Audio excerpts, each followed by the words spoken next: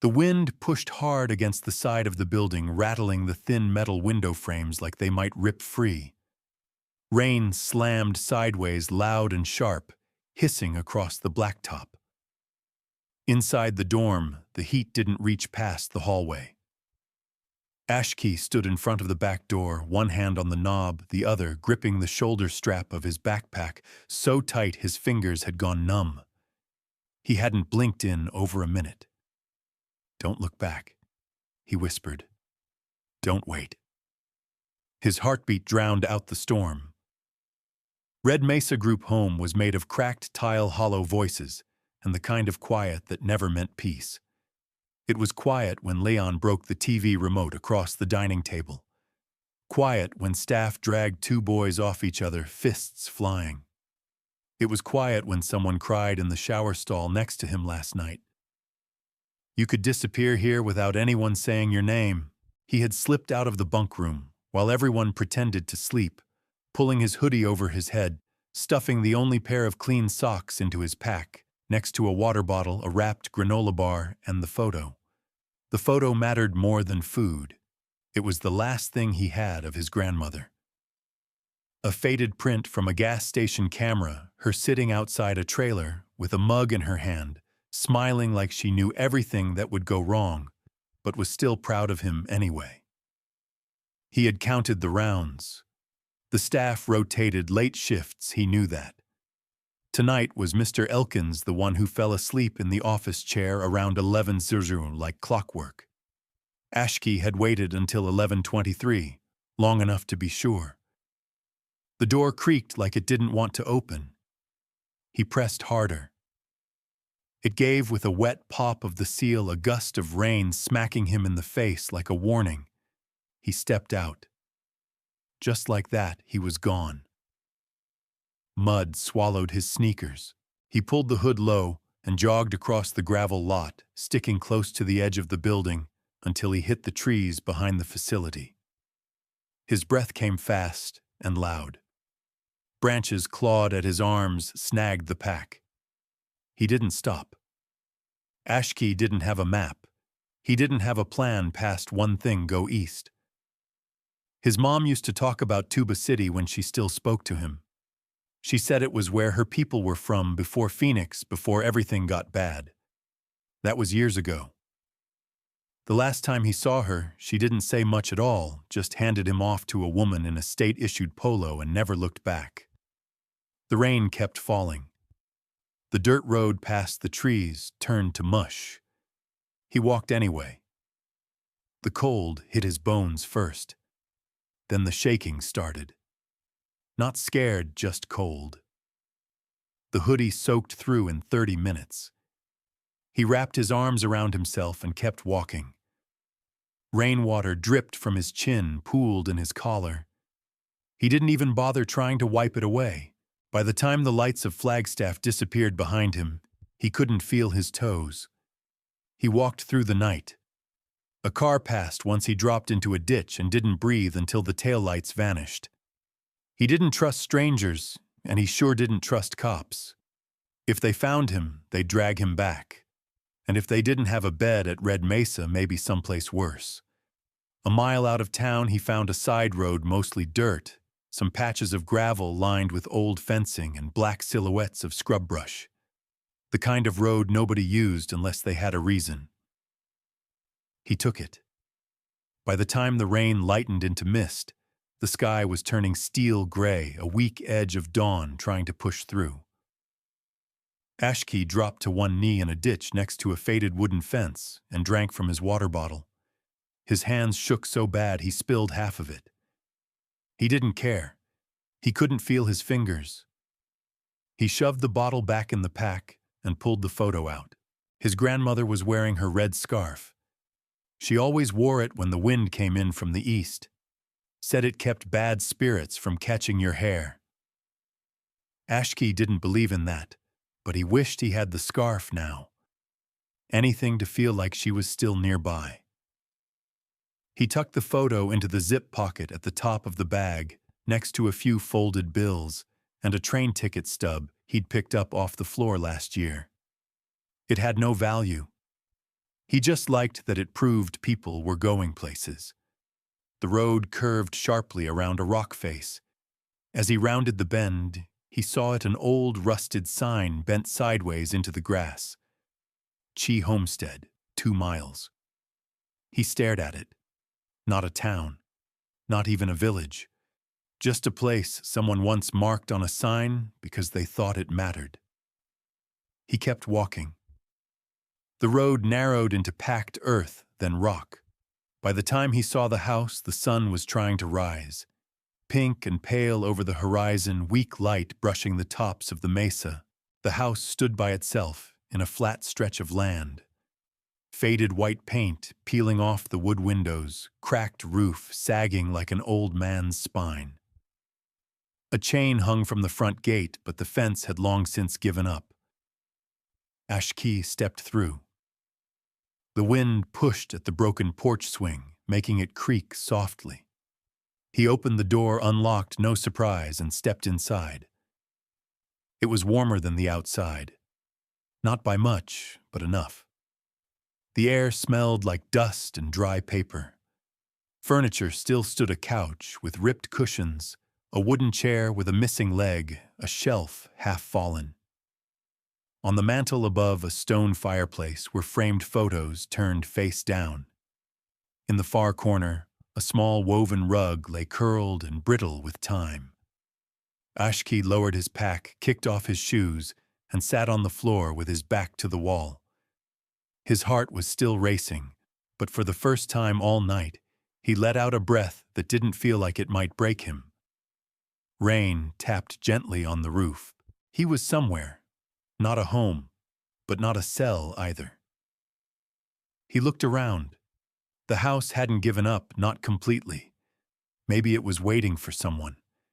Maybe it was like him, forgotten but not finished. Ashki pulled out the old quilt he'd found in the attic earlier, wrapped it around himself, and leaned back. "I'll only stay one night," he whispered. "Just one."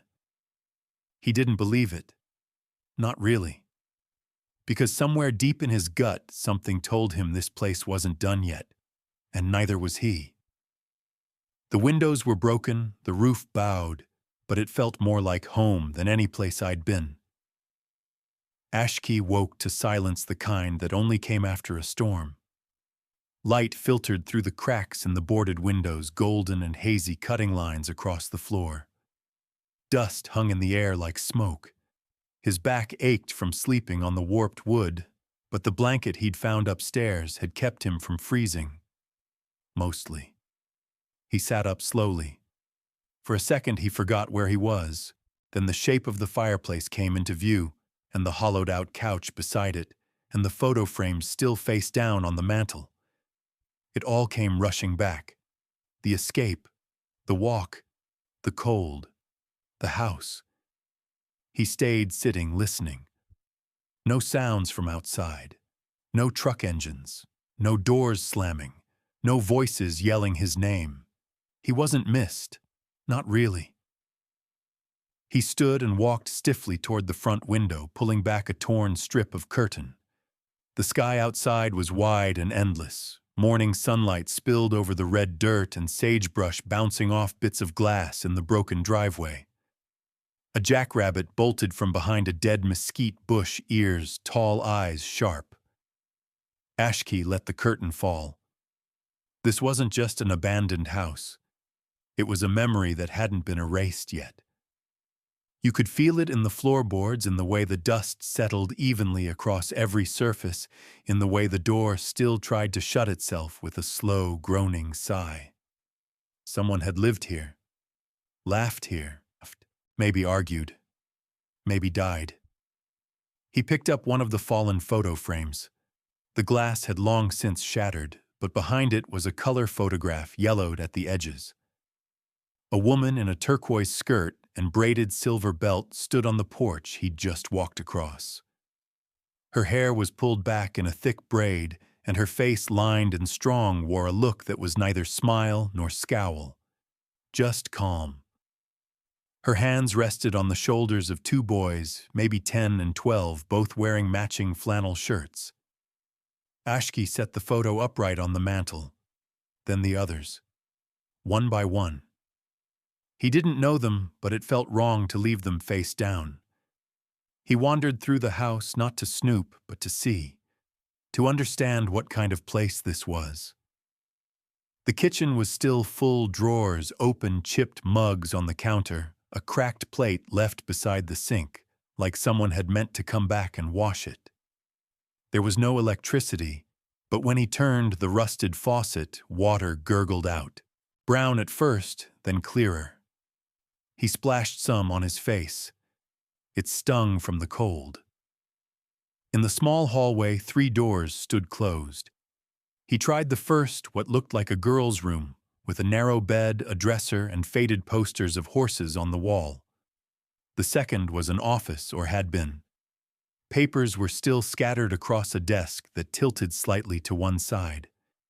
He picked up an envelope addressed in thick cursive Margaret Chi Route 4, Box 27, Tuba City, AZ. The third room was the master bedroom. A heavy wooden bed frame, a tall wardrobe. A corner of the room smelled faintly of cedar.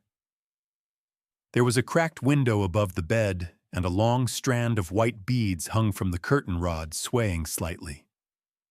Ashki stepped back and closed the door gently behind him. He needed to be careful. He knew that. If someone found him here, a rancher, a cop, anyone, he'd be sent back to the system.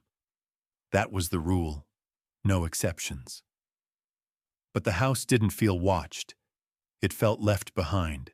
He returned to the main room and took out the last granola bar from his pack. Ate it slowly, chewing as he stared at the old stone hearth. His stomach still grumbled when he was done, but the hunger didn't ache like it had last night. He could stretch his food maybe another day or two. After that, he didn't know. He thought about the sign again, Chi Homestead. 2 miles, and how the road leading here looked more like a forgotten trail than something people still used. This place had been important once. Someone had taken the time to name it. So where had they all gone? Ashki stepped out onto the porch. The wind had died down, but it still pulled at the corners of the land. The silence wasn't emptiness. It was waiting. He could feel it. In the yard, the remains of a small garden lay half buried in weeds. Fence posts leaned at odd angles. A chicken coop, mostly collapsed, slumped near the edge of the lot. Past that, an old barn, large, weather-worn, with a single door hanging loose on its hinge. He crossed the yard, dry grass crunching under his shoes. Inside the barn, the air smelled like hay and rust. Light poured through missing slats in the walls, illuminating old tools, empty feed bins, a fallen ladder. In the back, a hayloft still held several moldy bales stacked against the wall like forgotten bricks. He climbed the ladder carefully and sat on the edge of the loft, looking down at the space below. This place could be something again. The thought came uninvited. He shook it off, stood, and climbed back down. That evening, the wind returned. It wasn't cruel, just present. Like it wanted to remind him it was there. Ashki sat on the floor by the fireplace, wrapped in the attic quilt, and took the photograph of his grandmother out of his bag. He placed it on the shelf next to the Chi family pictures. Just for tonight, he whispered. He didn't know who he was talking to. Her, the house, himself. That night, he didn't dream, just slept, heavy and still. And when he woke the next morning, footsteps had crossed the gravel drive outside the barn. The wind hadn't made them. Someone had come and left. The house didn't creak from the wind, it creaked like it was breathing. Ashki stood at the threshold of the barn, still and silent. The morning sun hadn't cleared the hills yet, and everything was wrapped in a faint blue hush.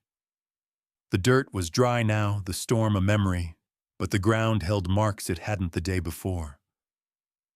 A line of boot prints, wide-spaced, deep from weight, cut across the yard from the driveway to the porch and back again. Someone had come while he slept. Someone had been watching. He crouched and touched the edge of the print. Not fresh, but not old either. Sometime last night or just before dawn. Not rain-washed. Whoever it was didn't stay long. The tracks didn't lead toward the barn or circle the house. Just came close, paused, and left. Ashki scanned the horizon. Nothing. Not a cloud of dust. Not a sound except for the wind tugging at the edges of the roof again, moving through the cracks like breath between teeth. He backed away from the prints and ducked into the barn. Inside, the air was still thick with the scent of dry hay and thyme. It wrapped around him like smoke. He climbed up into the loft again this time, not to rest, but to think. Maybe it was just some old rancher, maybe a hunter, maybe someone checking on the property. But if they saw signs of life, if they knew someone was squatting, they might call it in. He couldn't risk that. Ashki shifted one of the moldy hay bales and uncovered a wooden box nailed shut with a rusted latch. He pried it open with a broken shovel handle. Inside, old rope, a few rusted tools, and a leather saddlebag that crumbled at the edges when he touched it. But under the saddlebag, wrapped in a disintegrating oilcloth, was a mason jar filled with nails, some bent, some clean. He smiled without meaning to. Real tools meant real work. Real work meant maybe he could earn his right to stay. Stay. That word clung to his thoughts more than it should. He spent the next hour hammering the door of the barn back onto its top hinge using one of the cleaner nails and a chunk of metal as a hammer. It wasn't perfect, but it hung straight and didn't swing in the wind anymore. The house creaked behind him.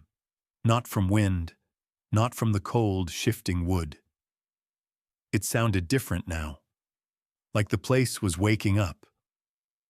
Inside, he cleaned.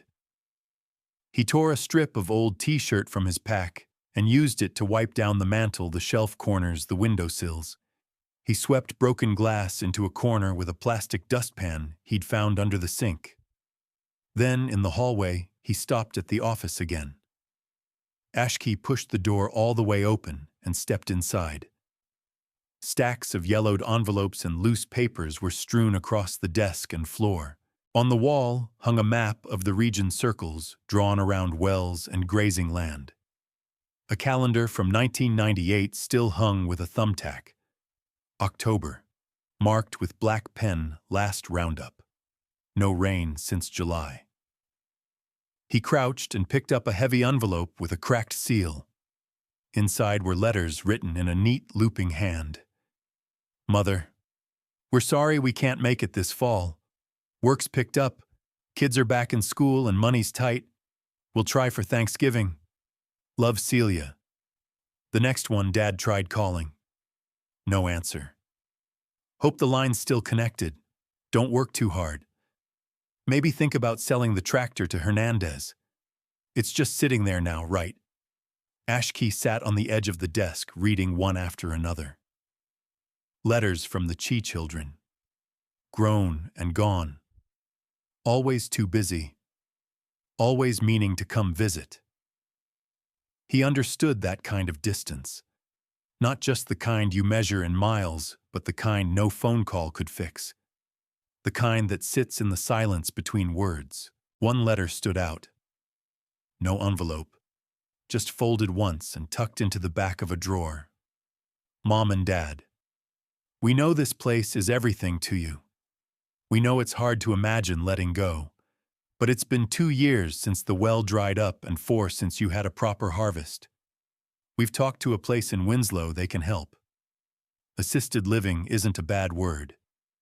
You deserve to rest now. Let us take care of you for once. Sarah Ashki folded the letter carefully and put it back where he found it. He stood, walked to the kitchen and filled a pan with water. No soap, but he used the cold to rinse off a few of the bowls and spoons in the sink. The sound of metal on porcelain echoed through the room, sharp and clean. There was still a little light left in the day. He decided to check the rest of the property before night came again. The chicken coop was beyond saving, half of its roof fallen in, and most of the wood warped from sun and time. But behind it was something better, a tool shed. He opened it slowly, the door sticking at the bottom. Inside was a mess, but a useful one-wire gloves, paint cans, long dried out, a handsaw, a gas can, with something still sloshing inside. He counted this as a win. In the far back of the shed, under a heavy tarp, was a rusted wheelbarrow. He laughed. Actually laughed. Not a lot. Just enough to scare himself a little. He pulled it out, cleaned off the dirt, and rolled it back toward the porch. One wheel still worked fine. By dusk, he had stacked broken branches from around the yard into a neat pile. Tomorrow he'd patch the porch steps. Maybe sweep the garden beds. The work wasn't just something to do anymore. It was a reason to stay. Ashki sat on the top step of the porch, watching the sky bleed orange and pink behind the hills. He pulled the quilt tighter around his shoulders and let his feet rest on the dry earth below. Something moved in the distance. A figure. Walking. Too far to see clearly. Not the same heavy boots as before. This time it looked like a boy.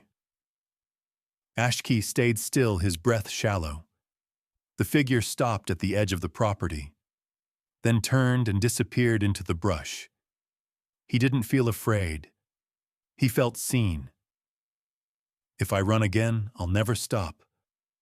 I'll disappear. Ashki crouched in the shadow of the barn, fingers curled tight around the handle of the rusted spade he'd found yesterday. The dirt under his knees was cold. His breath made small white clouds in the morning air, but the cold wasn't what made his hands shake. The truck had pulled in without sound, just the crunch of tires over gravel and a low rumble that had cut through the stillness.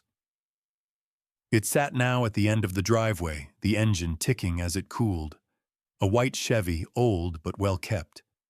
Clean, like someone still used it for real work. The driver hadn't gotten out yet. Ashki stayed low, peeking through the split boards in the barn wall. His chest thudded against his ribs like it was trying to punch its way out. He counted every second the door didn't open. Every second the engine stayed quiet. He could run. Right now. Out the back of the barn, into the brush, over the rise, and vanish. But he didn't move. The door opened. A tall man stepped out. Older. Thick gray hair pulled back in a leather tie denim jacket. Boots dusty but sturdy. He looked around slow, like he wasn't in a hurry, like this place already belonged to him or had once. He walked toward the house. No weapon in his hand. No phone.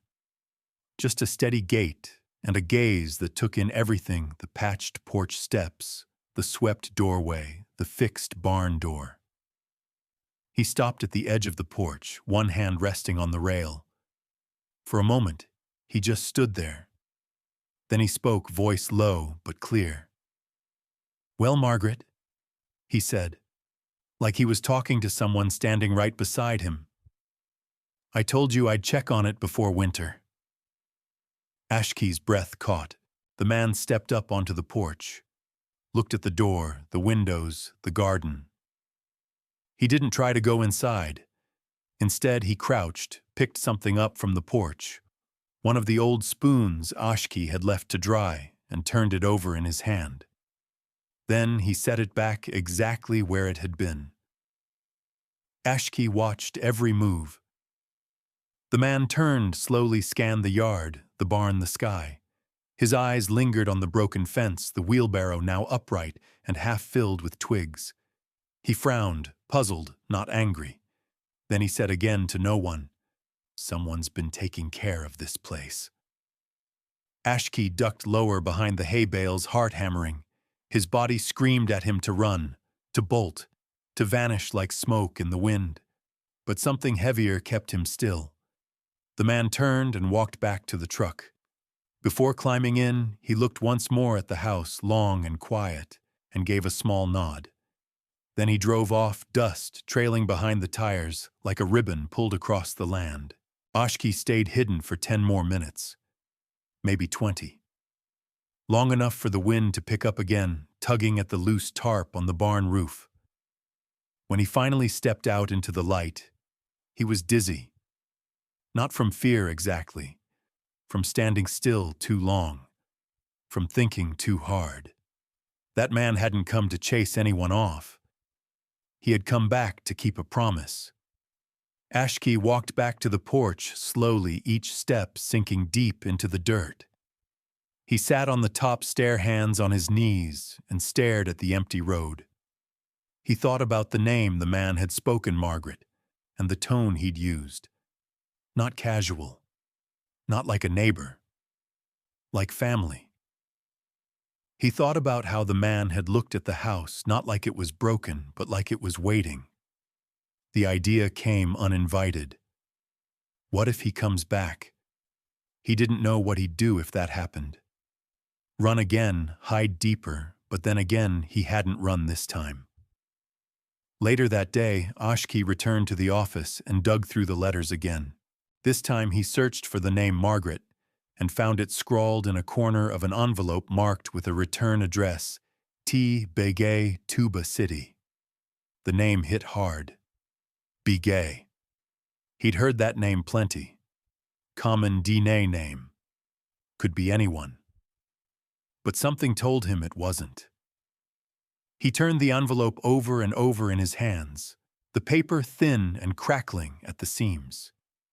Inside was a note, short, careful, neat handwriting. Margaret, I saw the gardens gone wild from the road. Thought about stopping, but didn't want to get in the way. If you need anything, tools help, just let me know. Ruth says hello. Tomas Ashki leaned back in the chair and stared at the ceiling. Tomas.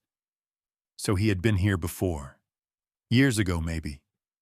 And Ruth, his wife Ashki, folded the letter and slipped it into his hoodie pocket without really knowing why. It felt important, like it grounded the place in something real. He spent the afternoon chopping dead branches from the edge of the property and stacking them into a neater pile beside the shed. His arms ached, and the cold air turned his breath white, but the motion helped. It gave shape to the swirling in his head. That evening, as the sun disappeared behind the Red Rock Hills, Ashki stood in the kitchen and looked at the photos he'd stood up days before. Margaret, the boys. One picture he hadn't noticed before, tucked behind a mug on the shelf, showed a man sitting beside Margaret on the porch. Same denim jacket, same quiet face. Tomas. Ashki picked up the photo, heart thudding. The man wasn't a stranger. He was part of the house's memory. He returned the photo to its spot and stared out the window at the deepening blue of the horizon. He knew then he couldn't leave. Not yet. Not after that. If Tomas came back, he needed to be ready. Not hiding, not afraid. He needed to be someone who had a reason to stay.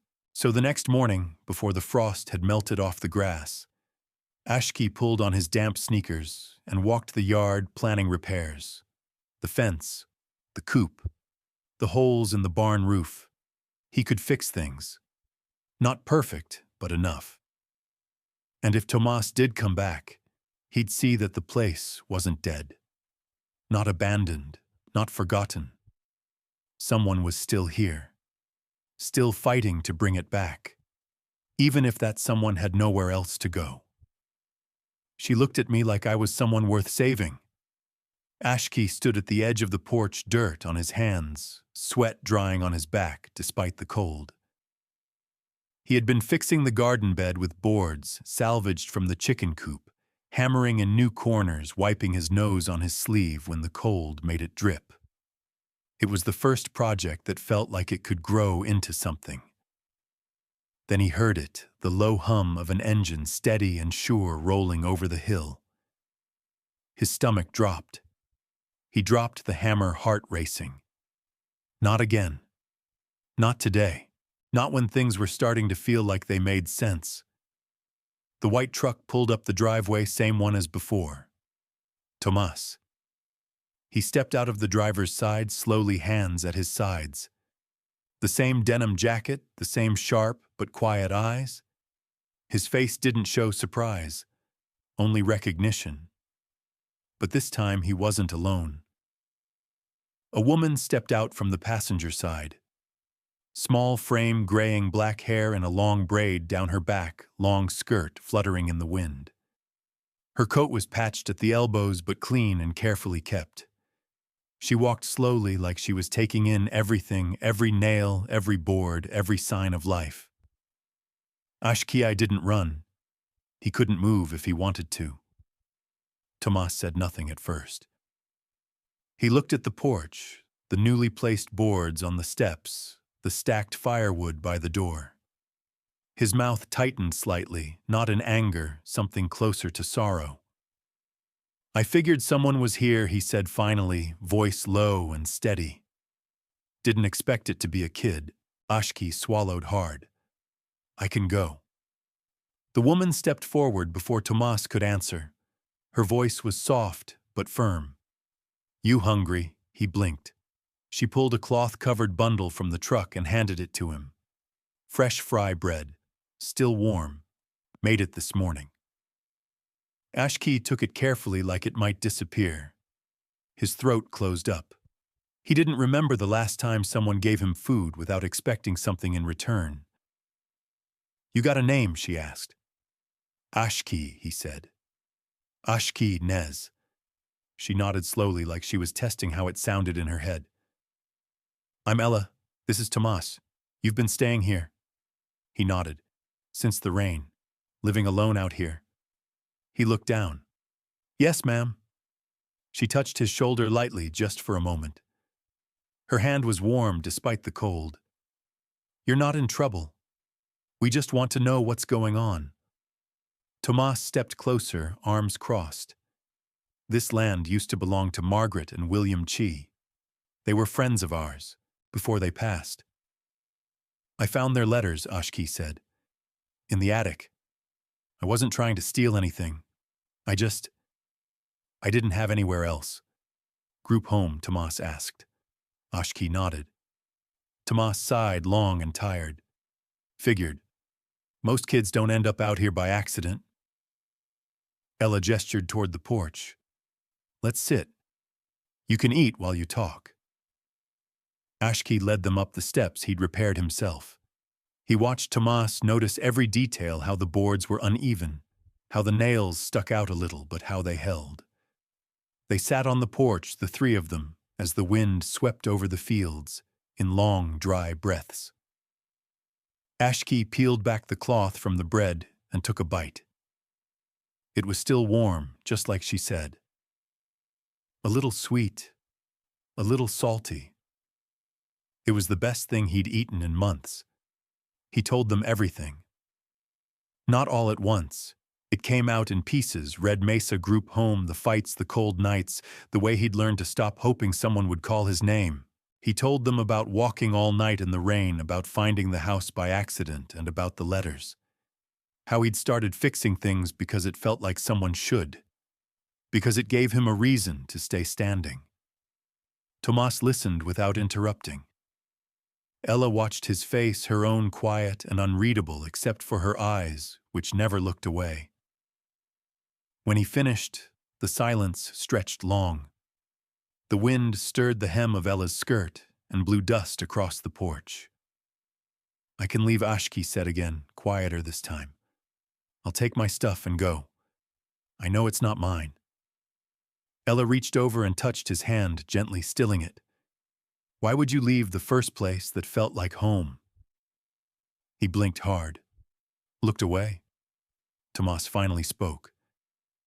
You've been taking care of the land. You've respected the house. You didn't break anything that wasn't already broken. I fixed the barn door, Ashki said quickly, as if it might help. And the step. Tomas nodded once. We saw. Ella leaned forward, resting her hands in her lap. "We're not going to turn you in. Not today." His head snapped up. "You shouldn't be alone," she said.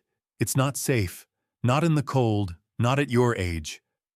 "I don't want to go back," he said, panic leaking into his voice. "I can take care of myself. I've been fine." "No one should have to be fine like that," she said gently. Tomas rubbed the back of his neck. "We've got a house, 10 miles down the road. Spare room. You could stay there, just for a while. Warm up, eat, figure things out." "I can't," Ashkey started, but Ella cut him off. "We're not asking you to live with us forever. Just don't sleep in an abandoned house tonight." He stared down at his hands, the dirt under his nails, the little red line where a splinter had cut him that morning. His chest hurt in a strange way, not fear, not hunger. Something deeper. "I can come back here?" he asked, voice barely above a whisper. Tomas glanced at Ella. She gave a slow, steady nod. "We'll work something out," Tomas said. "But tonight, come with us. We'll bring you back tomorrow." Ashkey didn't answer right away, but when they stood, he followed. He sat in the back seat of the truck, wrapped in the blanket he'd kept since the attic.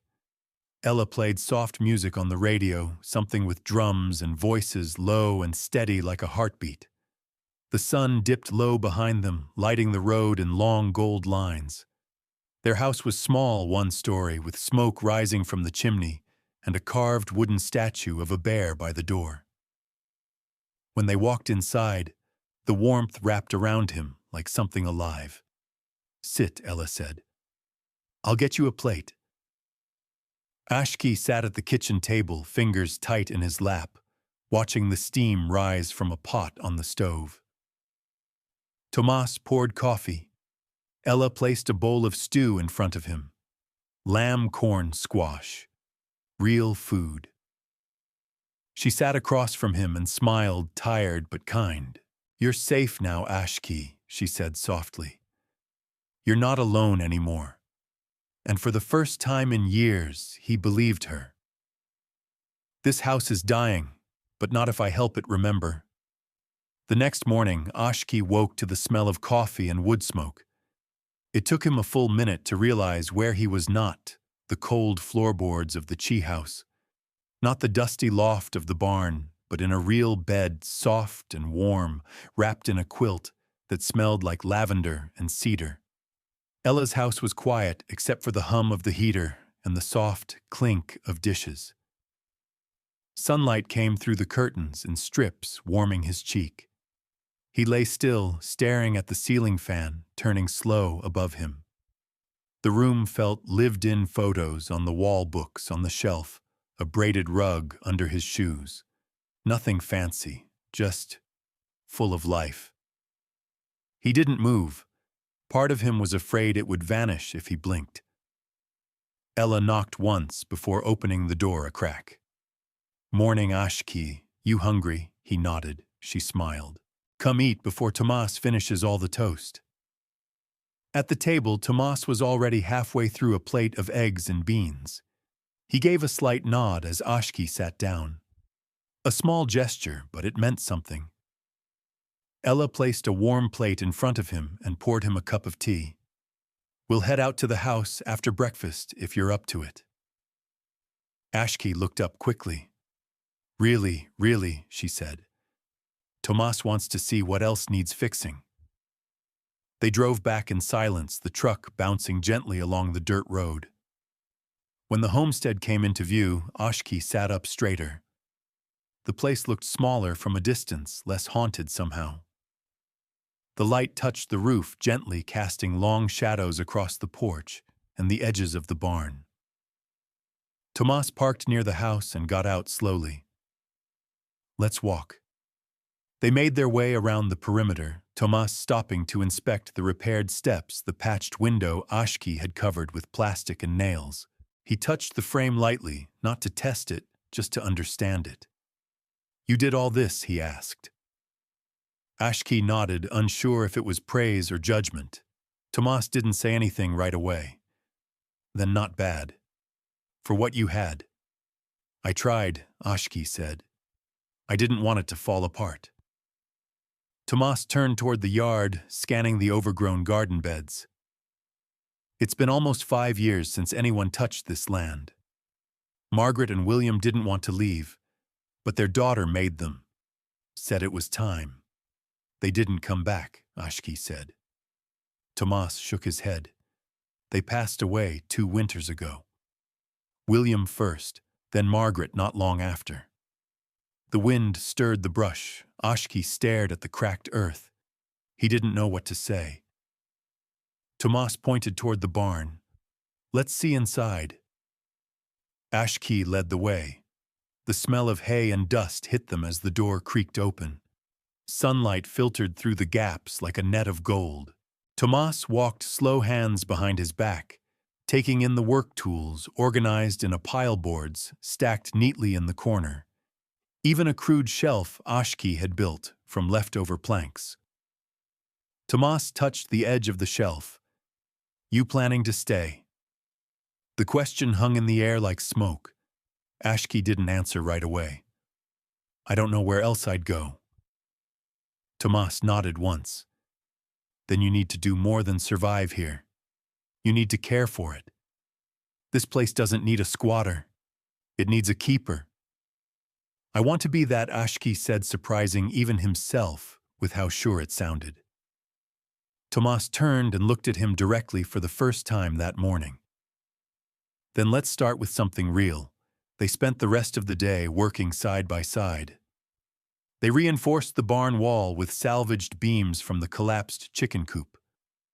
Tomas taught him how to measure properly, how to check for rot before placing a board, how to use leverage instead of strength when prying nails. Ashki listened to every word. It was hard work. His shoulders burned by mid-afternoon, but it was the kind of tired that came with satisfaction, not defeat. When they stopped to drink water, Ashki looked over the progress and felt something settle in his chest, something like pride. As the sun dipped low, casting orange over the fields, Tomas wiped his hands on a rag and said, You're learning fast. I like working with my hands, Ashki said. Makes things make sense. Tomas gave a quiet grunt of approval. You ever go to school? Ashki tensed. Sometimes. You'll need to go back, Tomas said.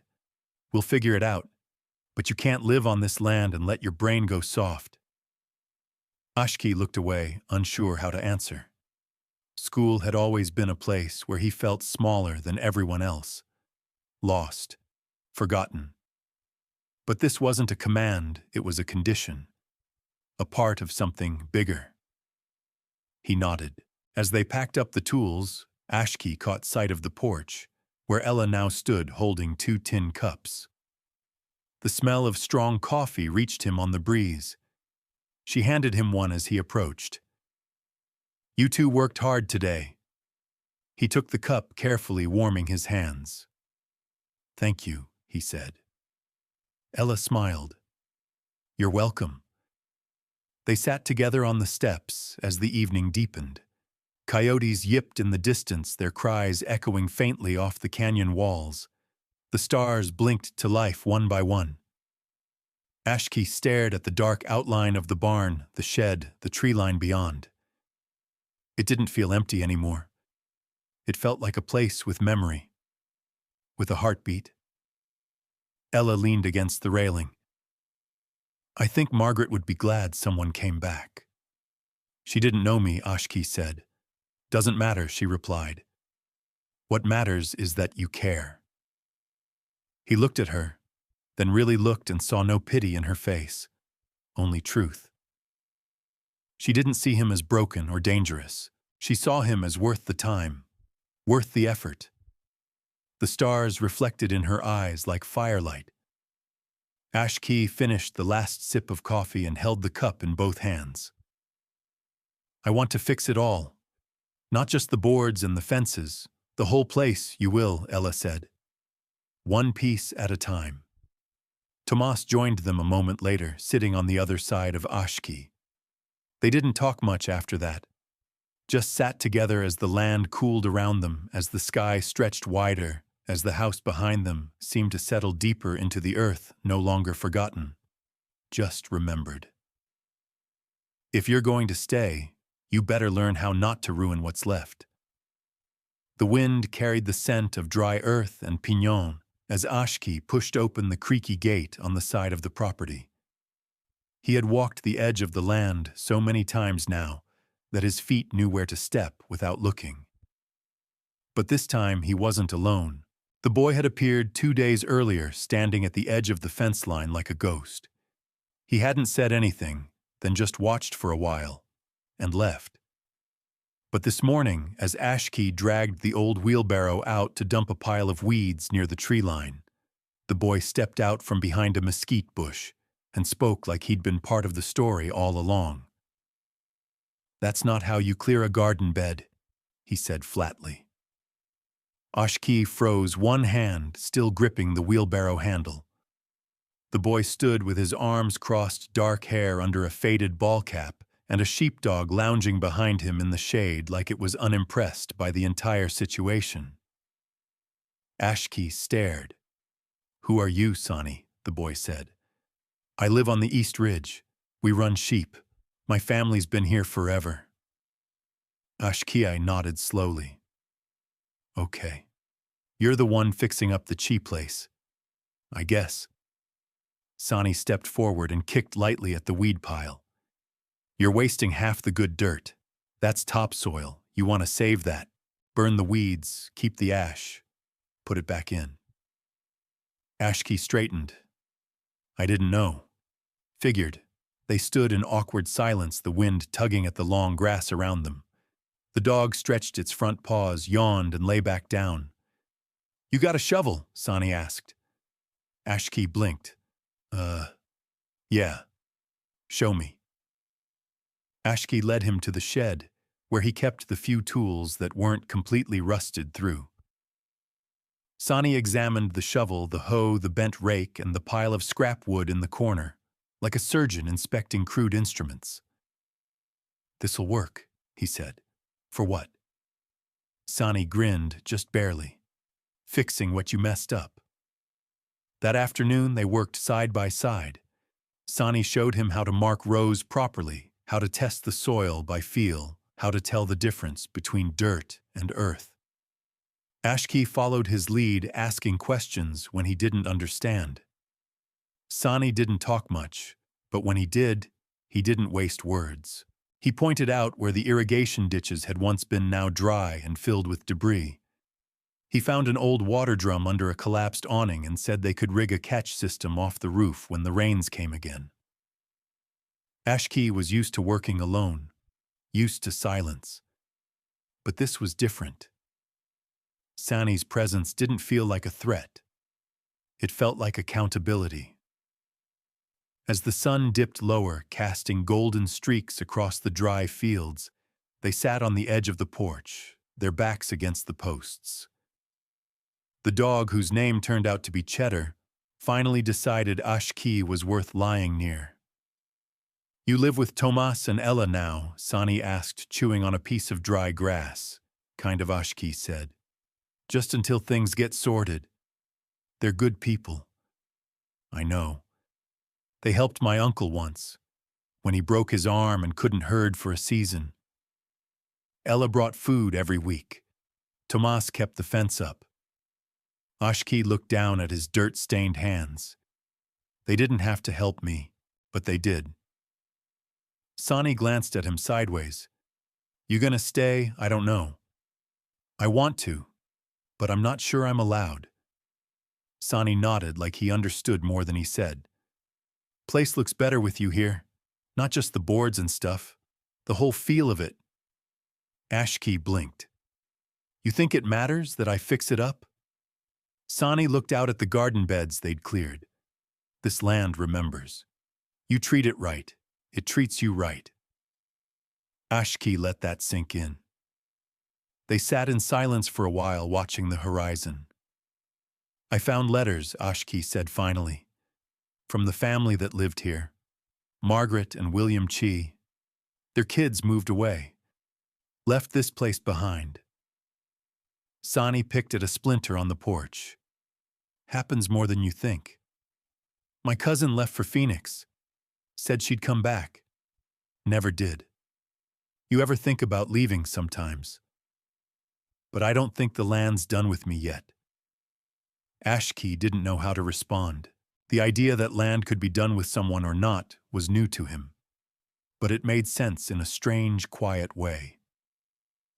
When the light started to fade, Sani stood up and brushed the dirt off his jeans. I'll be back tomorrow. Bring better gloves. Ashki blinked. You don't have to. I know, Sani said. But if you're gonna stay, you better learn how not to ruin what's left. He whistled, and Cheddar bounded up. The two of them disappeared into the brush like they'd always belonged there. That night, Ashki sat with Ella and Tomas at their kitchen table, hands, sore skin, tight from sun and sweat. Ella had made chili and fresh tortillas, and Tomas had found an old radio station that played traditional flute songs mixed with blues. Met a boy today, Ashki said between bites. Tomas looked up. Sani Yazi Ashki added. Said he lives over the ridge. Tomas nodded. Good kid, smart, raised right. He helped me fix the garden rose, told me I was doing it wrong. Ella smiled. Sounds like him. Ashki looked down at his plate, then up again. It felt good. Working with someone. Like I wasn't just patching things, but doing something that might last. Tomas didn't say much, but his eyes softened. After dinner, Ashki stepped outside and stood on the porch, watching the stars appear one by one. The wind was calmer tonight, brushing across the fields like it was resting too. Somewhere out there, Sani was walking home, boots crunching dry grass, Cheddar at his side. Ashki looked out at the land stretching beyond the fence line, dark and wide and waiting. He wasn't alone anymore. And maybe, just maybe, he never really had been. Turns out a place can change you even while you're trying to fix it. Ashki wiped his forehead with the back of his sleeve, leaving a streak of dirt across his temple. The late afternoon sun pressed down heavy, not quite summer hot, but enough to make sweat cling under his collar. He stepped back from the garden bed and looked at the neat rows they'd finished that morning. Soft ridges of earth shaped by hand, each holding the hope of something that might grow. Almost looks like someone knows what they're doing, Sani said, tossing a flat rock from hand to hand. Ashki smirked. Don't get carried away. They stood shoulder to shoulder, quiet, both boys eyeing their work with the same kind of tired satisfaction. Cheddar circled the edge of the fence line, nosing at a gopher hole. You think it'll take? Ashki asked. Sani shrugged. Depends. The soil's better than I thought, and if we get any spring rain, we've got a shot. Could try beans, maybe squash. I never planted anything before. Sani gave him a sideways glance. You just did. Ashki laughed, but it caught in his throat. He wasn't used to feeling proud. He'd always been good at surviving, dodging, disappearing, waiting things out. But this was different. This was creating. He didn't just want the work to matter. He wanted to matter. They walked toward the barn, where Tomas had left a sack of tools and a box of old seeds Ella had found in her pantry. Most were expired, but some were still good native varieties meant to survive harsh ground and stubborn skies. As they sorted through the packets, Ashki held one labeled Tsochi, Navajo blue corn. You ever grown this? He asked. My great-aunt used to, Sani said. Takes patience. Water's gotta go deep. You can't rush it. Ashki turned the packet in his hands, feeling the dry weight of the kernels inside. He imagined rows of blue corn swaying in the wind, a field that didn't just feed, but remembered. A distant engine hum broke the quiet. They both looked up. A dusty tan car crept down the road and slowed as it reached the property. Ashkey's stomach tensed. Not a work truck. Not local. The car stopped just outside the fence, and a man in a black polo and dark sunglasses stepped out. He stood tall and out of place, like someone who didn't belong in dirt. He glanced at the porch, then at the barn, then pulled a phone from his back pocket and took a picture. Ashkey's blood turned cold. The man noticed them and raised a hand, not quite a wave. "Hey there. This your property?" Sani didn't answer. Ashkey stepped forward, chest tight. "Why just surveying? County records show this place is unoccupied. You two out here working." Ashkey nodded slowly. "We're helping fix it up." The man gave a friendly enough smile, but it didn't reach his eyes. "Nice. Looks like you've put in some good work." "You live here," No Ashkey said quickly. "Just helping." Right. The man tucked his phone back into his pocket. "Well, I'm with Sunrise Development. We're looking into parcels in this area. Might be rezoning for residential. Just taking a look." Ashkey's heart thudded. "You're buying it?" "Not yet. Just seeing what's on the table. A lot of this land's been abandoned. Makes good space for future homes. Families. Growth." Sani stepped closer. "Whose families?" The man looked at him like he hadn't expected the question. People moving in from Flagstaff, maybe Phoenix. Retirees' second homes. Ashkey clenched his jaw. The man tapped the roof of his car. "Well, keep up the good work. Looks nice out here." Then he got in, turned around, and drove off in a swirl of gravel and exhaust. Ashkey didn't move. Sani muttered, "He's gonna come back, I know.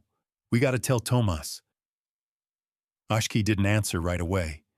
He stared out across the land, the fence, the house, the barn, the garden, and felt something rise in his chest that wasn't fear.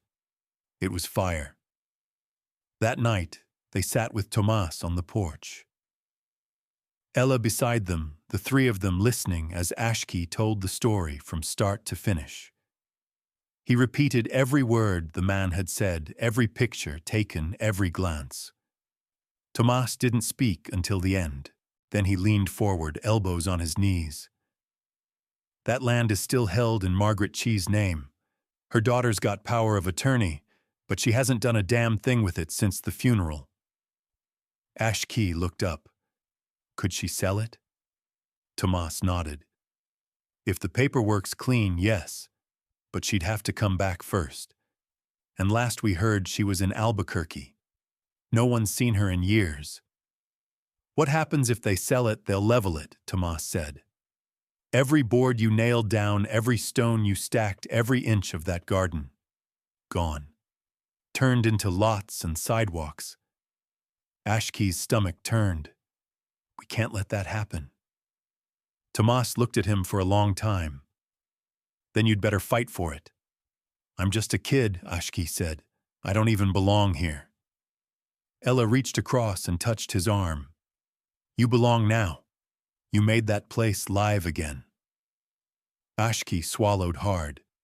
"So what do we do? First," Tomas said, "we find Sarah Chee. And if she won't help, then we make her see why it matters." Ashkey didn't sleep that night. He sat by the window in the guest room, staring out at the stars and listening to the wind scrape along the eaves. This place had changed him. It had taught him to plant, to fix, to trust. It had taught him to want more than just survival. And now it needed him. By dawn, he was already up, pulling on his boots and jacket, ready to meet Sani at the gate. The road ahead felt long, messy, uncertain. But one thing was clear. He wasn't going to let the land die without a fight. "I didn't think someone who left would ever come back. But then she did, and nothing felt safe anymore." The woman stepped out of the sedan with the weariness of someone who hadn't walked dirt roads in years. Her heels sank into the gravel as she looked around, shielding her eyes from the glare off the dry land. She wore a gray blazer, pearl earrings, and a face that looked too polished for this place. Sarah Chi had come back. Oshki watched from the barn, standing behind the half-closed door, his heart thudding in his chest. Tomas had told him not to crowd her when she arrived, not to let his anger lead. Let her see the land first, he'd said. Let her remember. But watching her now, he wasn't sure she wanted to remember. Sarah moved stiffly toward the porch, her eyes trailing over the peeling paint and crooked wind chimes. She didn't look like someone seeing home again. She looked like someone confirming what she already believed, that the past had nothing left to offer. Ella met her on the porch, holding a mug of coffee and wrapped in her shawl. She offered a kind but cautious smile. "Been a long time," Ella said. Sarah looked at her without warmth. Too long. They sat together on the porch bench, the air between them thick with everything unspoken. Ashki couldn't hear what they said, but he watched the way Sarah's shoulders stayed rigid, how her eyes kept scanning the yard, like it was a problem to solve, instead of a place to feel. Tomas stepped into the barn beside Ashki. She came. "That's something. She doesn't want to be here," Ashki muttered. "She's here anyway." The next few hours were a blur of conversations behind closed doors. Sarah walked the house, slowly glancing at the old photos Ashki had set back on the mantel, now coated in fresh dust. She lingered longest in the kitchen, her fingers brushing the edge of the counter, like she was testing for memory.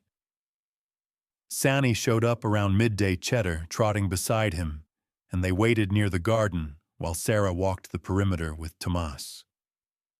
She wore sunglasses now, as if even the sky here was too much for her. "She doesn't look like she wants to save this place," Sani said. No, Ashki agreed. "She looks like she came to bury it." Sarah finally stopped near the edge of the lot, where the old fence sagged toward the open land.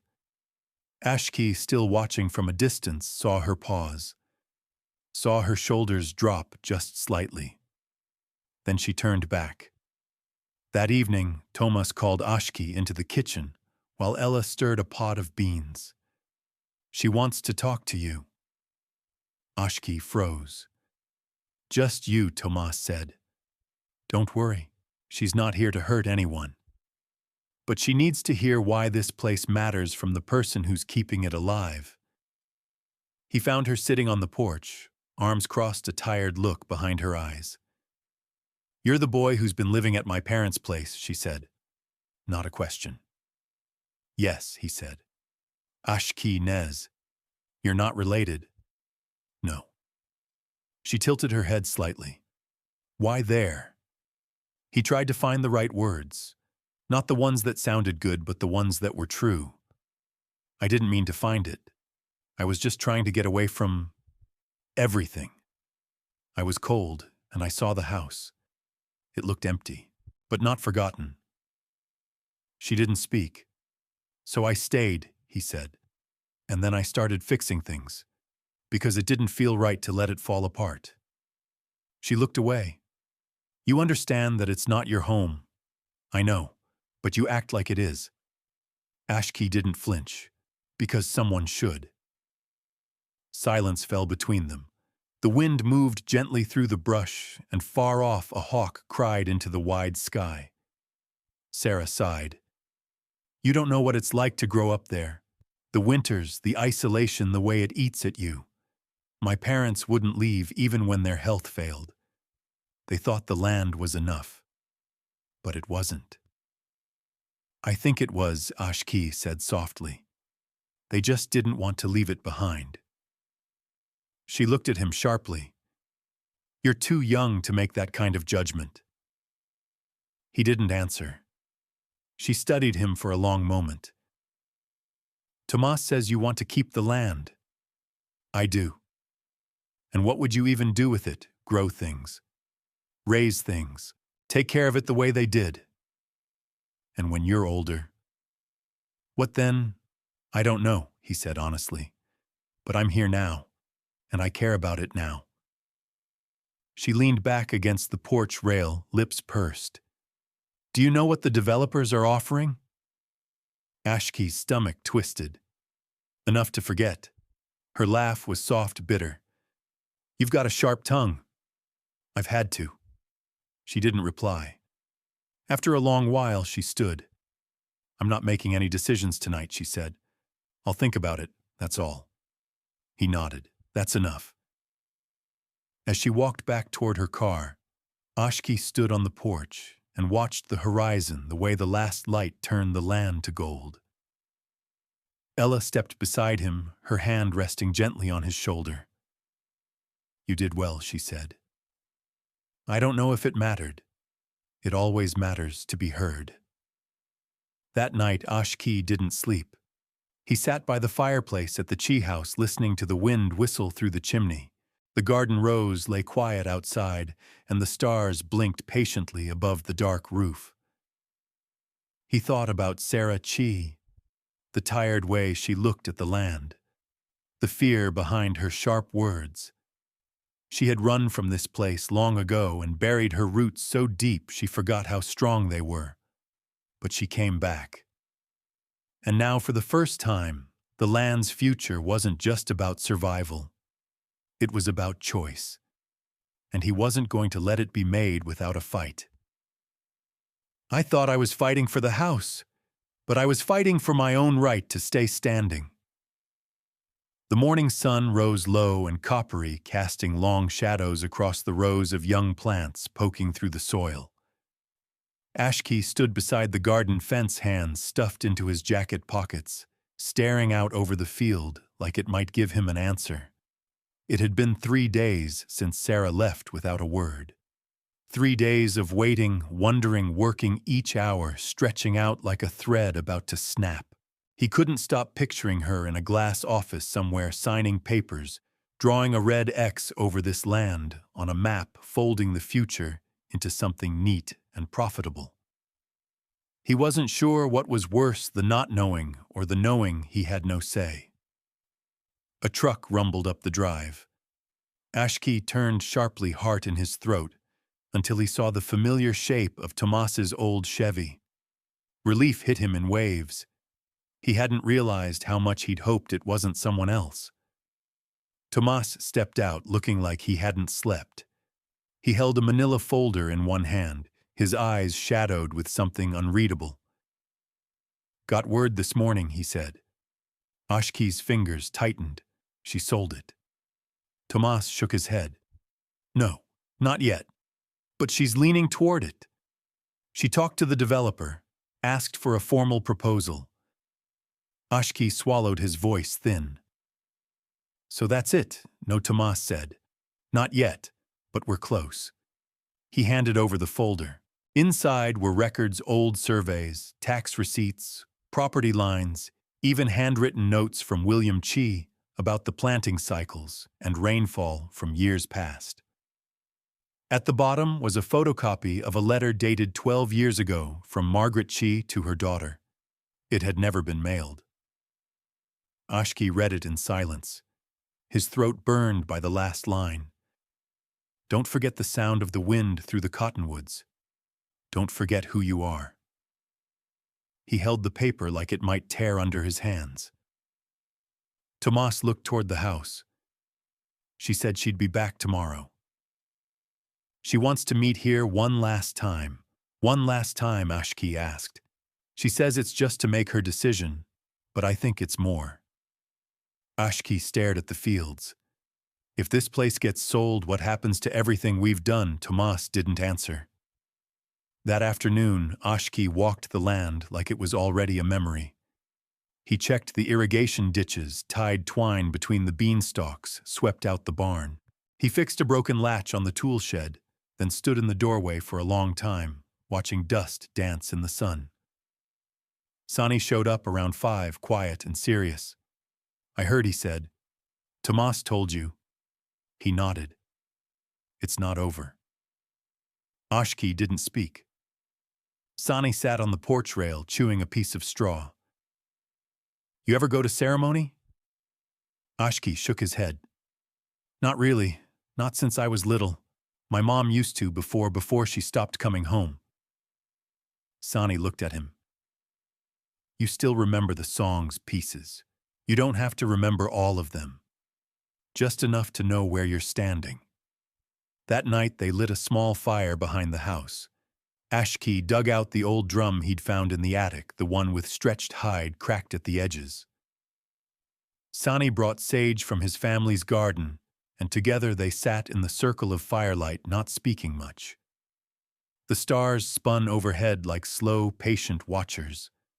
The land breathed beneath them. Ashki didn't sing, not fully, but he tapped the rhythm slow and steady like a heartbeat. His voice came in fragments, not perfect, but honest. He wasn't asking the land to save him. He was asking to stay. The next morning, Sarah arrived just after sunrise. She wore jeans this time, a windbreaker zipped halfway, her hair pulled back. No jewelry, no makeup, just her. Ashki met her by the porch steps, dust still on his boots, hands calloused and raw. She looked around, eyes softer than before. It looks different, she said. We've been working, he replied. She gave a faint nod. I read the letter. Ashki didn't move. I don't remember her writing like that, she said. I always thought she gave up on me. But maybe I gave up first. Ashki looked her in the eye. The land remembers, even if people don't. She took a slow breath, then stepped past him toward the garden. She crouched down near the rows of blue corn, brushing her hand over the tiny green shoots pushing through the earth. My father planted this same corn, she said, every year.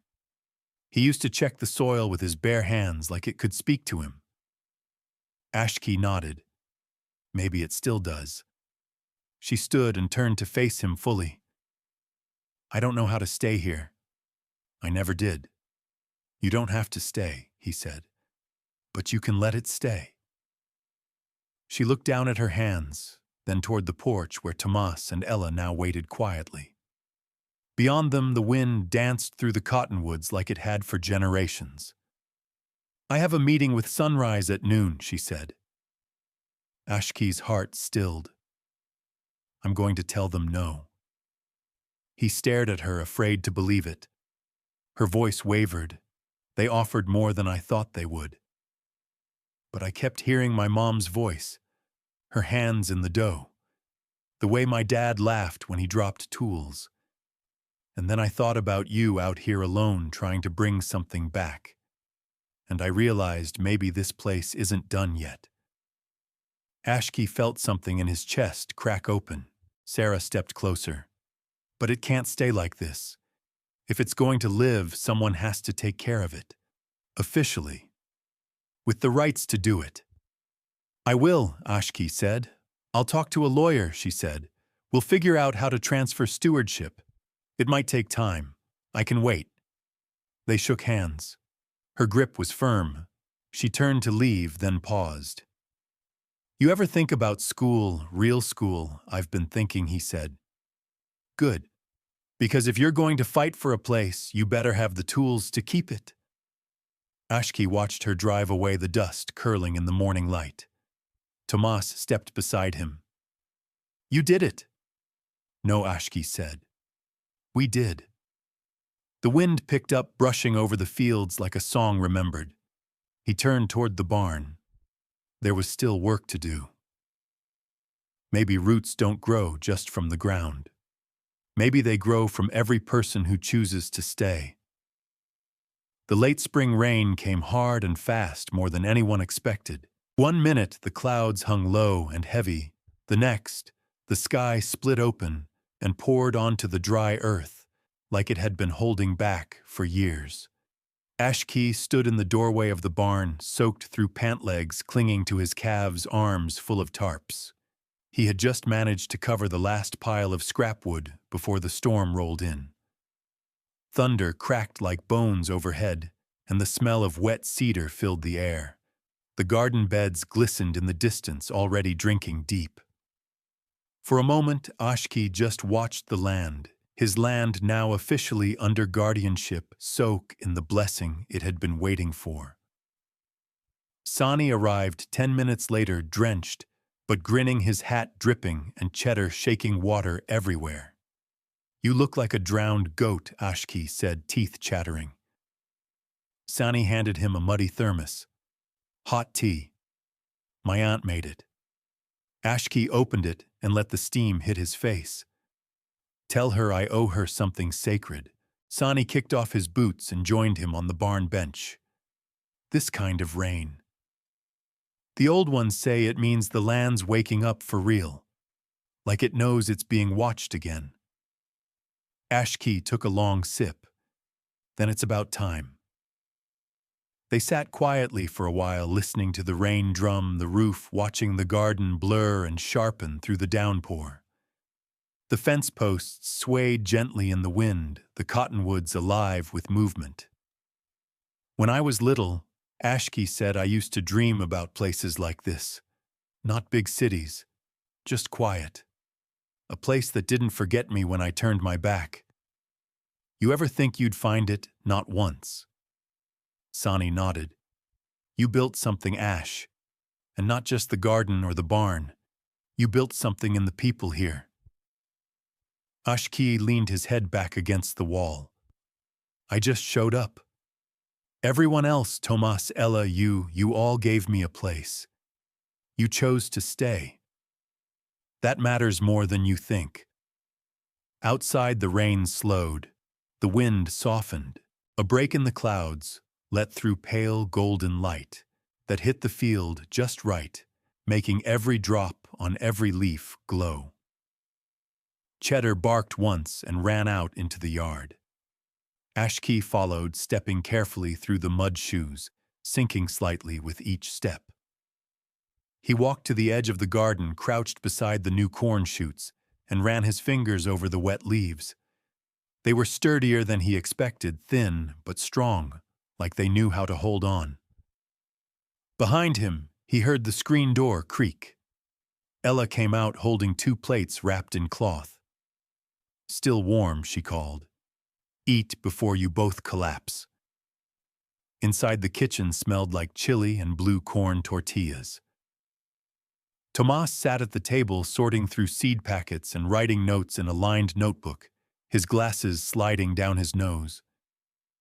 "You're late," he said, without looking up. "It was the rain's fault," Sani said, grabbing a plate. Ella set the food in front of Ashki and ran her hand lightly over his shoulder. "You've lost weight again. Eat more." Ashki smiled and dug in. The first bite burned his tongue but settled like warmth in his chest. Tomas looked up. "Talk to the school again today. They've got space this summer if you want to start ahead. Get your footing before fall." Ashki paused mid-chew. "You said you were thinking about it," Tomas added. "I still am." "No pressure," Ella said, "but it might help. You don't have to fix everything with your hands." Ashki nodded slowly. "I want to learn. I just don't want to lose this." "You won't," Tomas said. "It's yours now. We'll keep it steady." Sani grinned. "I'll make sure he doesn't get too soft. He'll still have dirt under his nails by the weekend." That night, Ashki walked the porch in bare feet, letting the last of the rainwater cool his skin. The wind had shifted again, lighter, now playful.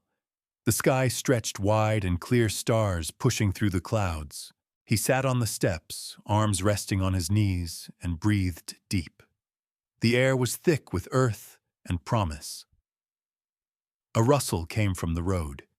He stood quickly, every sense alert, until a familiar voice called, "Don't have a heart attack. It's just me." Sarah stepped out of the shadows, hands in her coat pockets, her hair damp from the earlier storm. She looked different, less tense, more grounded. Her car idled behind her, headlights dimmed. "I was nearby," she said. "Thought I'd see how things were." Ashki nodded, heart slowly settling. She looked out at the land. "It's greener than I remember. It rained hard today." "Good." She walked up to the porch and sat on the rail, her eyes scanning the horizon. "I talked to my brother," she said. "Told him about the transfer, about what you're doing here." "What did he say?" "He didn't understand at first, but then I read him Mom's letter. He didn't say much after that." Ashkey nodded. Sarah looked over at him. "This place used to scare me. I felt like it was waiting for me to fail. But now—" She didn't finish the thought. Ashkey didn't push her. She stood after a moment. "I should go, but I wanted to give you this."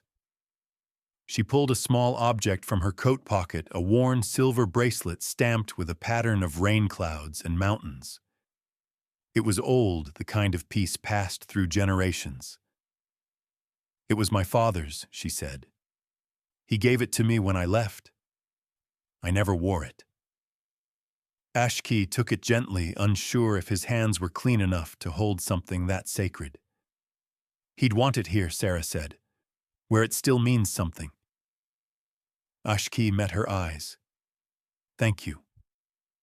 She gave a nod, climbed into her car, and disappeared down the road. Back inside, Ashkey placed the bracelet on the mantel beside the photo of William and Margaret Chi. It caught the firelight glinting faintly like a living thing. He sat by the hearth long after everyone else had gone to bed, listening to the crackle and pop of the wood, watching the shadows sway against the wall. Maybe roots didn't always grow down. Maybe sometimes they reached out to people, to memory, to land, and held fast. And maybe, just maybe, he was becoming part of them. "I didn't find home. I made it day by day with hands that used to only know how to let go." The morning started the way all good ones did, quiet, steady sun slanting low across the land like it belonged there. Ashkey stood by the water barrel, rinsing off the grit from his arms after turning the compost pile. The breeze held a cool edge that hinted at summer coming soon, but not quite yet. The corn was shoulder-high now, blades stiff and reaching. The beans had climbed the poles like they knew exactly where they were going. Even the squash, stubborn and slow, had begun to spread wide across the earth, like it had no fear of failing this time. He turned toward the house where the screen door banged open. Sonny stepped out, holding 2 chipped mugs. "Coffee." "Don't say I never did anything for you." Ashkey wiped his hands and took one, grateful. "You boiled it too long." "I like it bitter," Sonny said, sitting on the porch rail. "Puts hair on your chest." Ashkey raised an eyebrow. "You're 16. Don't limit my potential." They drank in comfortable silence. A bird swooped low over the garden. Cheddar trotted up with a stick, hopeful. Sonny ignored him. Ashkey gave in and tossed it. "You ready?" Sonny asked after a while. Ashkey looked out across the field, thinking about the day ahead. They were meeting with a tribal council elder this afternoon, one who'd agreed to talk through options for long-term stewardship of the land, maybe even support grants for heritage preservation. It wasn't official yet, but it was movement. It was another brick in the path forward. "Not really," Ashkey said. "But I'm going anyway. Same thing." They finished their coffee, stacked the mugs on the steps, and got to work. The morning was full of small tasks, tying back tomato stalks, checking the rain barrel, sketching out plans for a shade structure over the compost pit. Tomas joined them just before lunch, elbow deep in the broken water pump he refused to give up on. Ella brought out sandwiches and sat in the grass with her embroidery while they ate, squinting up at the sun through her wide straw hat. Ashkey kept thinking about what he'd say to the council, not just about the paperwork or the planting records, but about what it all meant, about why he stayed, about what it felt like to take something broken and make it breathe again. By mid-afternoon, the truck was loaded and ready.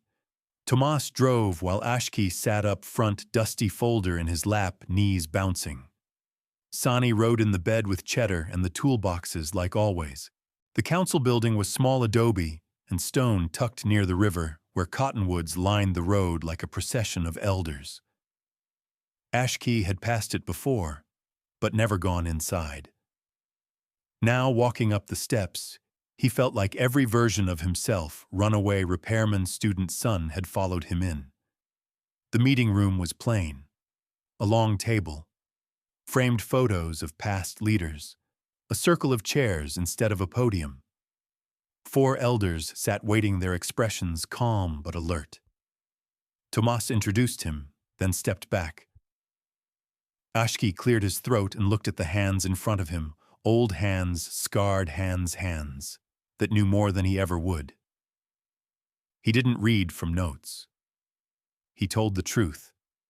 He told them how he'd arrived hungry and cold, how he found shelter, then a home, how he'd come to understand that land didn't need to be owned to be loved, that restoring something wasn't about erasing the past, it was about listening to it. He spoke of Margaret and William Chi, of their letters, of the old stories buried in the floorboards and the wind. He talked about the corn, the water, the soil, about Sani showing up like a warning and staying like a brother, about Ella's quiet strength and Tomas's stubborn belief that kids were worth the trouble. He didn't cry, but his voice caught once. When he finished, no one clapped. But one of the elders, a woman in a turquoise shawl, leaned forward with eyes like riverstone. "You are part of this land now," she said.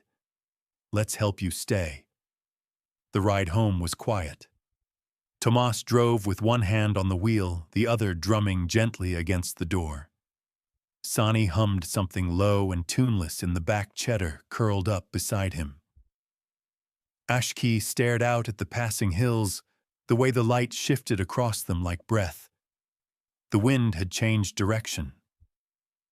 That evening they gathered for dinner on the porch. Ella had made mutton stew, and Sani brought fry bread wrapped in cloth. Tomas cracked open a dusty jar of pickled chiles no one had dared try in 2 years.